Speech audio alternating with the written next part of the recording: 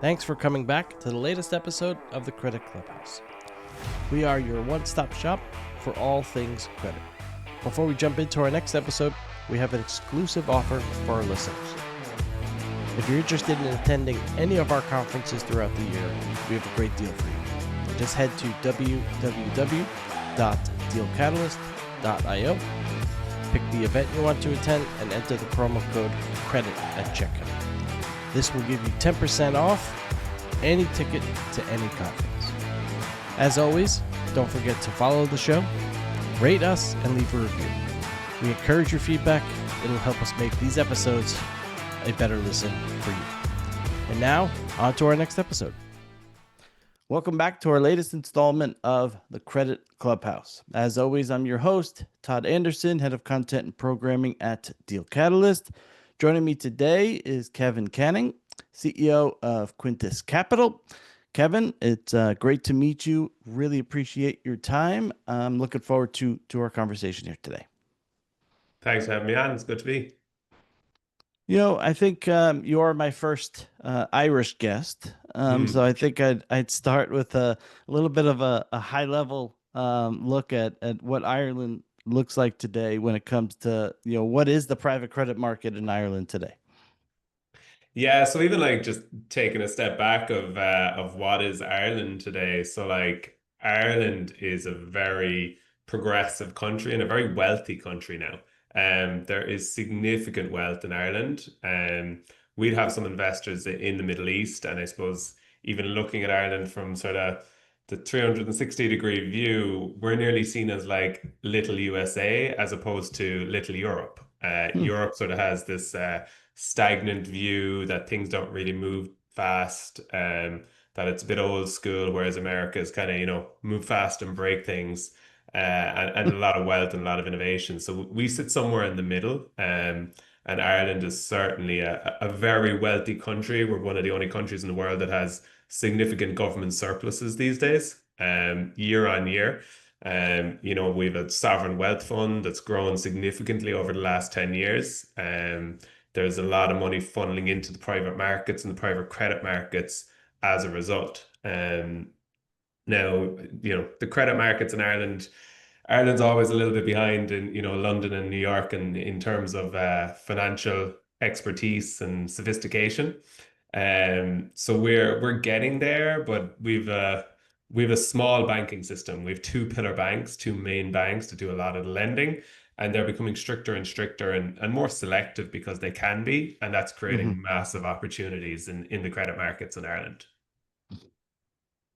When it comes to kind of some of the key themes, we're seeing here in the US more broadly, there's been this convergence of public and private and, companies in the public markets going to private markets for capital, private markets starting to resemble that of, public markets. Does that, you mentioned in your answer there, the a little bit behind on structural innovation in terms of the financial markets. Are you seeing this convergence in Ireland today? So we do not have a functioning stock market in Ireland at all. It's majorly on the decline, and everyone in Ireland who invests in public markets goes straight to the US. The US index investing is just seen as our sort of stock market. If you're investing in the S&P 500, that's kind of your bread and butter. So our public markets are seriously struggling. None of our big companies are really listed on our Irish Stock Exchange. They've gone to the US, they've gone to the UK. People are even leaving the UK now, going to the US. So it's really all converging on the US. But on the other side, then, like private markets are booming in Ireland. They're really, really taking off. A lot of the big wealth managers, a lot of the investment banks, the family offices, the multifamily offices, they're really starting to put a lot of capital into the private markets. So the private markets are exploding. They're really growing year on year. There's a lot of interest. Like we just deal with the private markets, and they're inundated with investors who are looking to learn, looking to get involved, and credit is really sort of everyone's bread and butter of where they're willing to put the majority of their capital into the private markets in Ireland. So tell us a little bit more about your firm. Kind of where do you guys sit within the structure of the private markets? What's the full remit? Tell the audience a little bit more about what you guys do at Quintus. Yeah, so like we're sort of a full suite private markets, and I would say full suite ex VC. We do not get involved in the VC world, so we're more sort of steady, stable, growth assets. We love real estate. Our three business lines at the moment will be private equity, EIS, which is a tax relief investment fund we have, and we have a private credit line. Then we're mainly in the real estate space. Um, and in terms of like size of our business, we've about 50 million AUM, probably be 100 plus early next year. And our business is only about 3 years old. So we were spun out of a bigger financial institution, an accountancy firm about 3 years ago, and kind of growing rapidly since then. So when it comes to, assessing opportunities, what are some of the criteria or metrics that you use to prioritize, say an SME for investment or lending?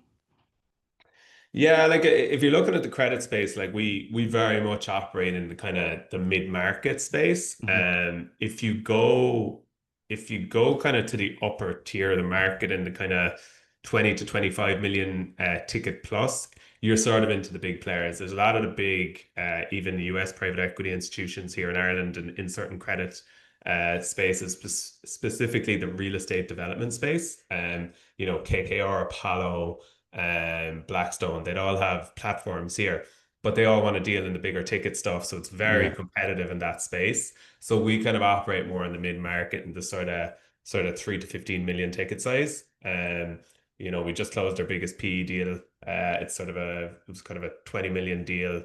So we're sort of operating in our minimum investment would be 2 million, our maximum investment would be 20 million for now. And what is that like? How much depth is the area that you're in? Is there a ton of competition, or is it really competitive to get deals done? Does that kind of shift terms one way or another? Kind of what is the area that you focus on, mid market? What does that look like in Ireland today?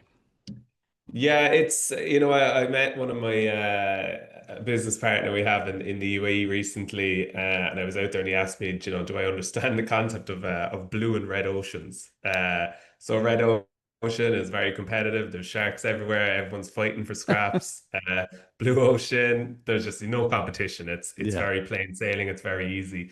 So we try to stick as far as we can to the blue ocean space.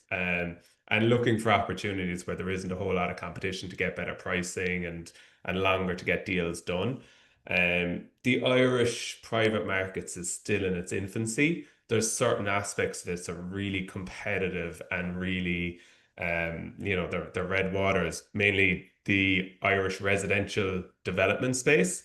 There's a lot of competition there. Like Ireland has a big housing crisis. We need to build 50,000 homes a year just to keep up with kind of demand. So like if you think the average house might cost, 300K to develop, or you're in and around the sort of 15 billion a year that's needed just to keep up with demand. So there's a lot of capital chasing that kind of space. Now we get involved in that more in a pref equity space. We supply equity to developers and work with some of the big development providers. Um, in terms of like as an overall landscape, there's very few sort of Irish indigenous private market firms. Um, and then when you're talking about the international players that come into Ireland, they've such huge scale that they just have no interest in the smaller deals. So that's why we kind of operate in the 2 to 20 million space where there's a lot of opportunity. It's a lot harder for the bigger guys to be interested or make it work for them. Even in like the cash flow lending space in Ireland, we've like one indigenous cash flow lending credit fund that do a lot of the deals and they can operate in the 3 to 15 million mark. And then all the bigger kind of UK private equity, US private equity, they more fight out for the deals than the kind of 25 to 100 million. What would you say in the mid market is your kind of biggest challenge in sourcing opportunities, and how do you kind of deal with some of those challenges? Yeah, like I mean, you know, Like how it's familiar, I guess another way to phrase it would be how familiar are, say, some of the SMEs there with private credit? If it's in its infancy, are you kind of, is yeah. your explanation and kind of what this is like, hey, come to me instead of going to the two standard banks? Like, is that your biggest hurdle, the education part? Yeah, I know it's a really good question. So, like, one of my business partners based in the UAE, and he ran an investment firm there. He moved over there around 2010, 2012, and they were very much at the infancy of private credit in the Middle East, and Yep. they had to educate everyone, and that was nearly the hardest piece. So, I think there's a little element of that in Ireland at the moment. Now we're a little bit further along than that, but I suppose one thing that's majorly kind of positive for the private credit markets in Ireland is like our two biggest banks. So we have AIB and Bank of Ireland. They are the only two real like retail and lending banks in Ireland, mainly because of over-regulation that other banks have been chased out of the market. And they just cannot do every deal, like nowhere Yeah. near. They cannot keep up with demand. They have rigorous processes and they can just pick the best and like the biggest deals. And they're just not interested in a lot of other stuff. So like it's now becoming a place where in Ireland, everyone is starting to look at alternatives. Everyone is starting to look for how can I make my life easier? How can I do this drawdown in, 4 weeks instead of 6 months? There's a lot of sort of tailwinds behind the private credit space in Ireland. In terms of finding deals, look, there's no secret sauce to it other than just getting out, meeting people, meeting corporate finance advisors, tax advisors, accountants. And they're kind of our best route. We like to go after people who are sort of properly represented, have proper legal teams. We don't really like going direct to a borrower who isn't kind of prepared and have, proper representation that we can deal with. What about here in the US, obviously there's a lot of private equity firms, PE sponsors that are kind of the gateway to a lot of these companies. Is that model, in Ireland yet? Do you see that as maybe a pathway in the future where you end up, working with a lot more PE sponsors? Because that's kind of how the structure of the direct lending market is here in the private credit market here. It's a lot run through the PE sponsor side. Yeah, no, it's like there's definitely that there. So like even within the peas becoming exploding in Ireland, but at the same time, it's just such a different scale to the US. Yeah. There's very few P deals in Ireland done above the 100 million mark. And there's not that many done between the 25 million and the 100 million mark. So to get into the sort of P sponsor space, and there's a lot of credit funds in London and stuff who love the Irish P credit space because Ireland's a very stable economy. There's a lot going positive. P is exploding. It's doing really, really well. Um, so there is a lot of opportunity there, but once you're into the PE sponsor space, you're essentially into like just complete competition. And if you go into the PE companies, and we are one of them, so we talk to the private credit funds on Hmm. the other side of this, you're basically just trying to draw up your own term sheet and getting to, what's the cheapest source of capital they can get with the least amount of covenants. So Yeah. it's a very competitive space once you go in there, and you need to have serious scale at the kind of Blackstone KKR level to compete at that level. When it comes to, kind of the international piece to this and potential international expansion. I mean, is that something that is any bit on the horizon? Do companies that you're investing in, are they looking at international markets? Like, how does that play into where you guys are today, or is kind of the focus Ireland and what we can do to build out the portfolio in Ireland, and that's kind of maybe on the horizon 10, 15 years down the line? Yeah, and look, there's probably two ways of looking at that. So like our business is essentially like, we need investors, LPs, versus we need deals. We need to connect them, we need to manage the deals. So at the moment, if you're talking about the LP side of things first, a lot of international LPs come into Ireland via US or UK private equity businesses. So let's just say if a French pension fund wants to buy an Irish shopping center, they'll generally invest in, say, a US firm like Blackstone, and then Blackstone will buy the shopping center. So it's Yeah. nearly like a jagged way into Ireland.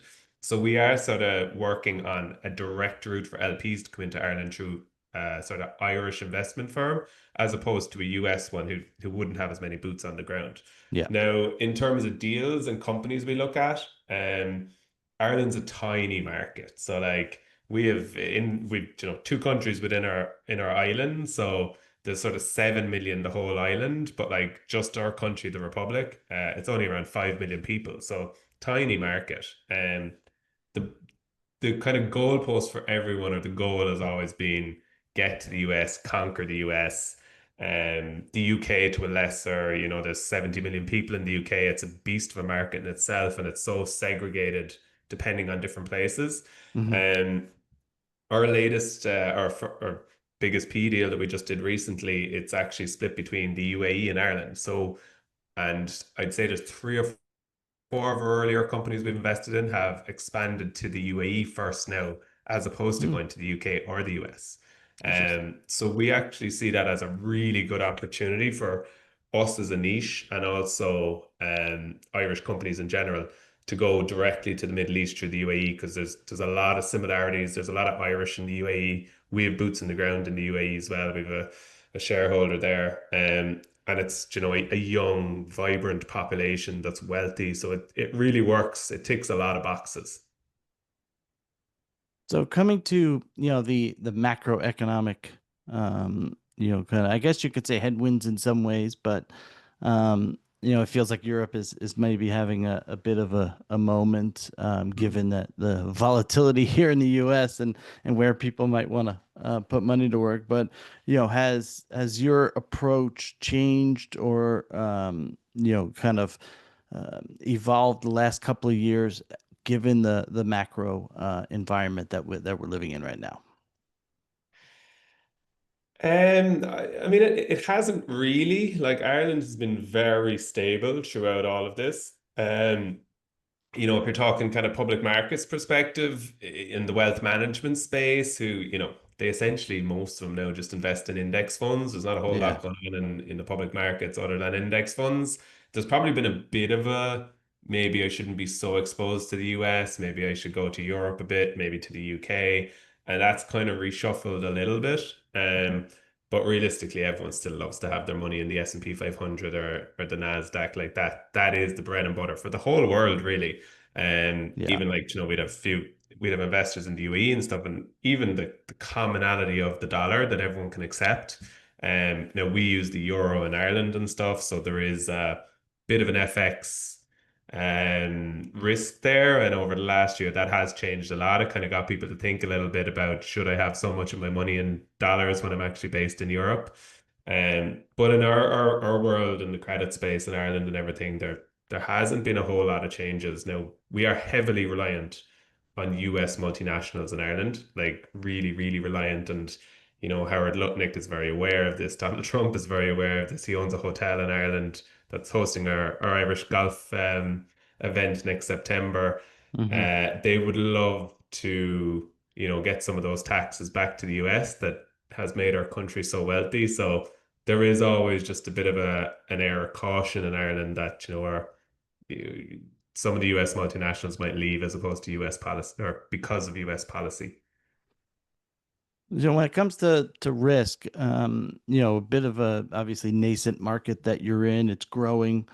But how do you think about risk in terms of your investment risk, organizational risk, as a firm that's, a handful of years old, a market that's nascent but growing? Is risk, how big of a concern is it with some of the firms that you might be looking to invest in, or is going through, you mentioned before, tax accountants and others, does that kind of mitigate some of that risk? Yeah, look, I mean, you run an investment firm, everything's about risk. Of course. Like, and I'm often talking to investors and they're looking for like track record and performance and all that. So like our business is sort of 20 years old, but spun out independently 3 years. So we do have a track record going back, kind of 2 decades. But I'm always telling investors like the track record doesn't really take into account how much risk was put in as a Hmm. result of this investment. So like, some of our more simple, basic and boring private credit deals might be a 7 or 8% first legal charge kind of return, and then some of our other deals might be getting sort of 15 to 18% IRR. Now everyone wants the shiny number, but they haven't understood what the actual risk was. Yeah.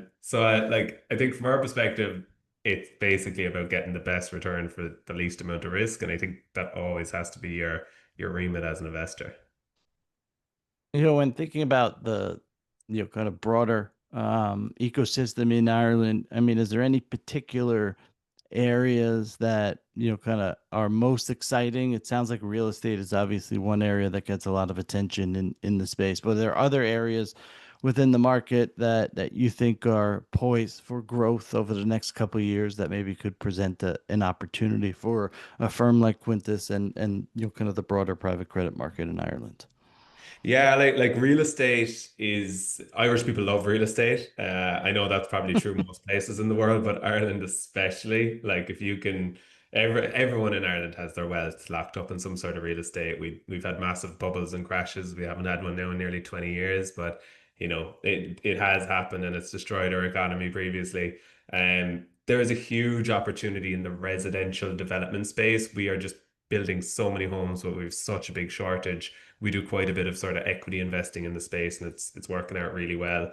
Um, Apart from that, like there's a good tech industry in Ireland. It is starting to boom. Mainly kind of offshoot of our multinationals and people starting businesses. One area we're invested in, we're really hot on would be childcare. So we've invested in a business called Zenith Childcare. Um, every new housing estate that gets built in Ireland, you need to build a creche. Now it's very hard to operate creches. There's a lot of regulation involved. There's a lot of government subsidies. They're complicated businesses. So we've invested in a creche business that should have. We have 3 centers open at the moment. We'll have probably 10 by the end of next year. So that's scaling quickly, and it's a really really interesting space in Ireland. And what is a creche for those who might not be attuned to the Irish Oh, sorry. terminology? Creche is sorry, I thought that was a term everyone would understand. So a creche is a childcare facility. So like Ah, okay. All right. for six I figured months. as much, but I wanted to Yeah. clarify. Sorry, yeah. So what would you call that? So, I mean, we just call it childcare or daycare is Okay, probably a bit yes. more of the terminology here in the States. Yeah, so it's like preschool. Yeah, there you So go. like 6 months to 4 years if parents want to go off to work and you need to, dump your kids somewhere for the day. Yeah, what Um I've been doing for the last many years. Yeah, so I've my first son now. He's 6 months old, so he'll be preparing to go soon. And yeah, I think me and my wife will be happy enough to to get him into crash for a while. uh, you know, ESG, it's kind of taken a back seat clearly here in the States with the new administration de-emphasizing it. I know, across the pond, there's certainly been a bigger focus to it. Is that focus still, I guess, as apparent and as a core as it has been? And, how do you think about the ESG and what you guys do?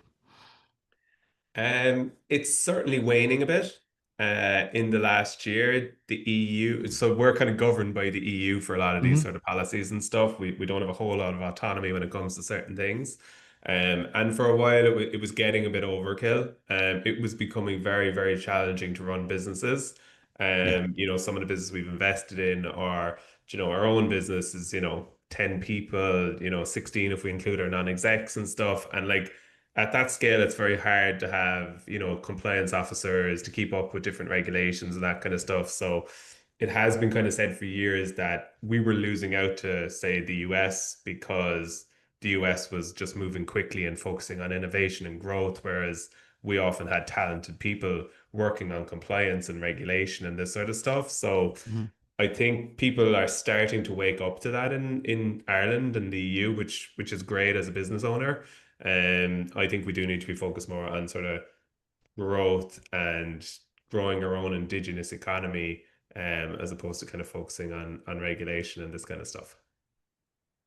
So technological disruption, especially kind of maybe where you guys sit within the private credit market, which isn't the super big ticket items, is there a concern given where AI is going and innovation that in some ways could someone create a model that could lend to similar companies but on a more efficient basis? I mean, I know we have some tech-based lenders here in the U.S.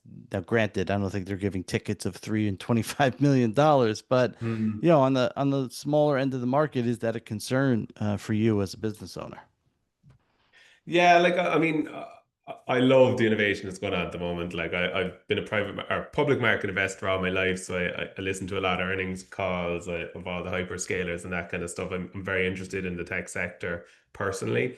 I'm at a CEO roundtable next Thursday with 10 CEOs, just how we're using AI, get kind of tips and this sort of stuff. So it's really interesting, and I really like it as a theme and how you can make your own business more efficient. I mean, at the moment it's a bit superficial in terms of, I write a monthly newsletter and it helps me write my intro. But at the same Yeah. time, it's done some very interesting things. Like we did a central bank application to start a new regulated entity this year, and it was a 10,000 word document that ChatGPT drafted for us. And we were able to go to legal advisors and help them to refine it and everything. But it probably saved us like a month of work just to Yeah. actually get there. So like there is loads of efficiencies there. I get the whole like, people might be able to lend without human touch at certain scale if you're talking like invoice discounting, ID facilities, these kind of things. Maybe, car loans, that kind of stuff. But I think at the real larger scale tickets when you're into kind of the real estate space and stuff, where it can really help, I think, is like with, doing covenant checks on a quarterly basis or a monthly basis, Yeah. reporting to LPs. There's so much gains to happen there. And it is something we're sort of very conscious of. And there is going to be a lot of gains there in the investment world.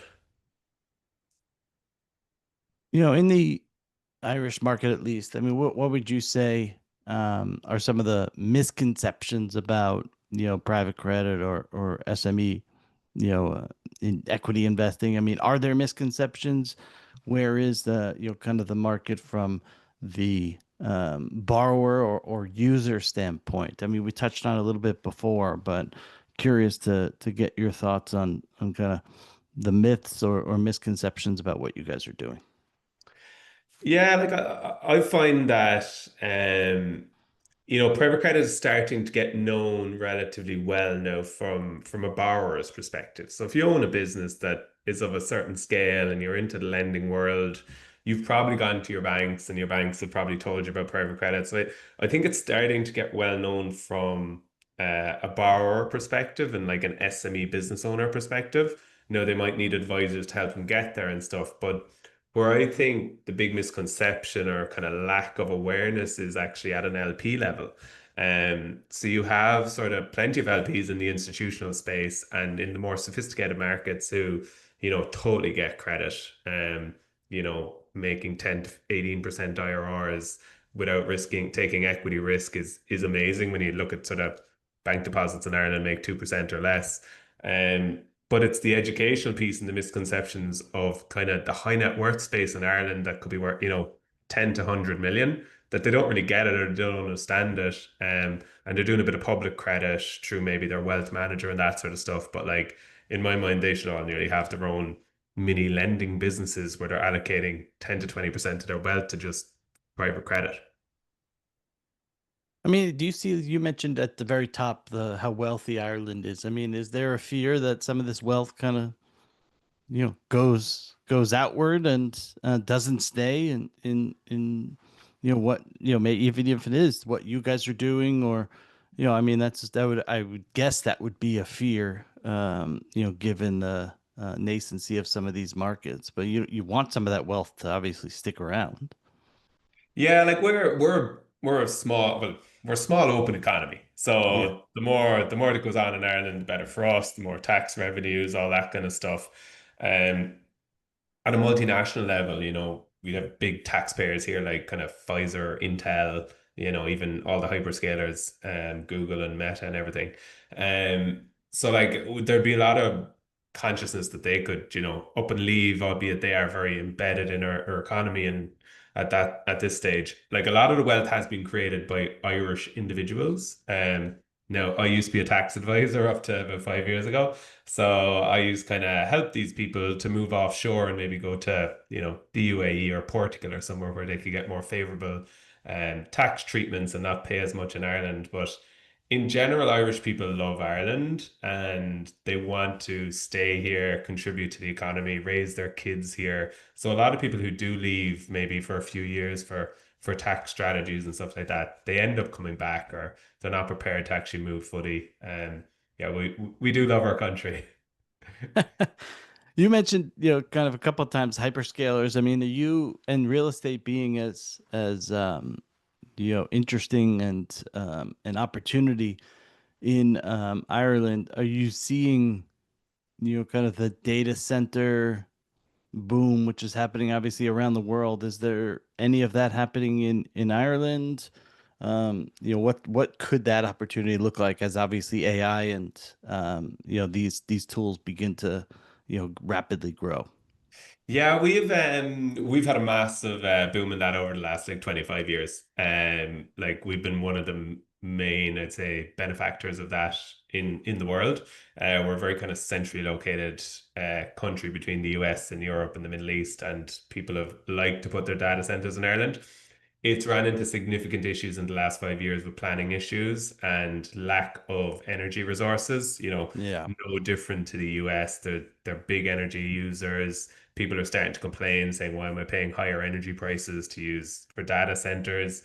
So there's a lot of issues in the space now, but we've been a huge benefactor of it, with construction jobs and people have made a lot of money in data centers in Ireland. So we have just a few minutes left here. I'd like to end a little bit lighter with some fun questions. Do you have a favorite sport team and or hobby? Yeah, so we're a sports team. So I am a big Arsenal fan.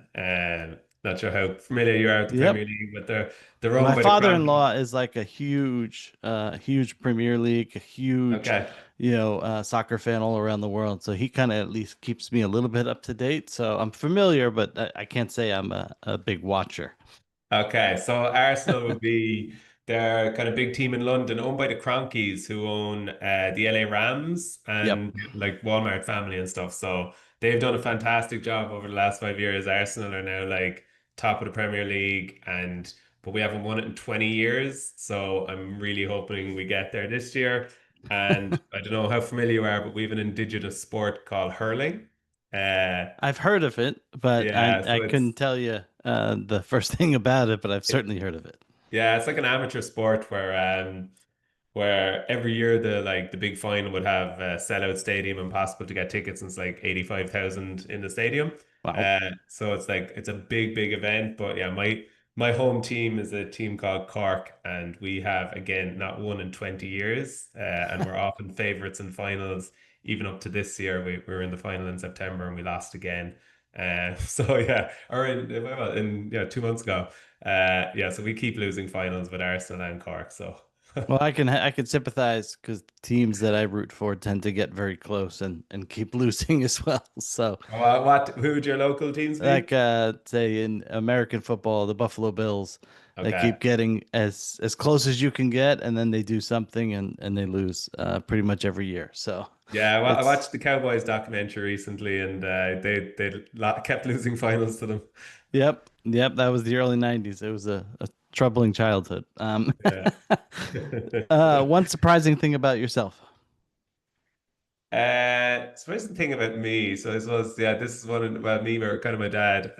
So my dad would be a sports commentator in Ireland. And yeah, he's done like 82 All Ireland finals and that kind of big event I was talking about. So when I was in the US when I was a kid, all my friends used to describe him to Americans as kind of the John Madden of Ireland. Yep. Okay. That makes the comparison certainly makes sense. One book that you'd recommend reading. Um, I would recommend How to Win Friends and Influence People. by Dale Carnegie. It is an absolute classic. I think the title is a little bit misleading. It's from like 1936. It sounds like you're trying to manipulate people and like how to win friends and influence people, but it's really just understanding the basics of being a human being and communicating with humans and showing interest in people, asking them questions about themselves, not just being talking about myself all the time, actually showing interest in other people and getting on with people. It's funny hearing that title today. You would think it's probably a book about social media. Yeah, When true, in true. reality, it was 100 years, almost 100 years before the advent of that. Yeah, it's a great book. Most exciting part of your job. Yeah, my job's my job's exciting too much, I think. I would like if it was a bit more boring. But no, I think look, if you're working in the investment world, it has to be closing deals. You can work so hard on deals. We do a lot of stuff deal by deal, even without a fund. And raising all the money, going on the road shows, getting stuff done, and then when it all comes together and closes, it's a good feeling, hard to beat. And then final question, one prediction for the next 12 months. You're probably thinking financial here, but I'm going to go with Arsenal to win the Premier League. There you go. Perfect way to end it. Kevin, I really appreciate your time. So thank you for coming on the show. Continued success, to you and the team, and hopefully I'll get to see you sometime in the future. Cheers, Dad. It was good. Thanks very much. Yep, thank you. Thanks for coming back to the latest episode of the Credit Clubhouse. We are your one-stop shop for all things credit. We have an exclusive offer for our listeners. If you're interested in attending any of our conferences throughout the year, we have a great deal for you. Just head to www.dealcatalyst.io, pick the event you want to attend, and enter the promo code CREDIT at checkout. This will give you 10% off any ticket to any conference. As always, don't forget to follow the show, rate us, and leave a review.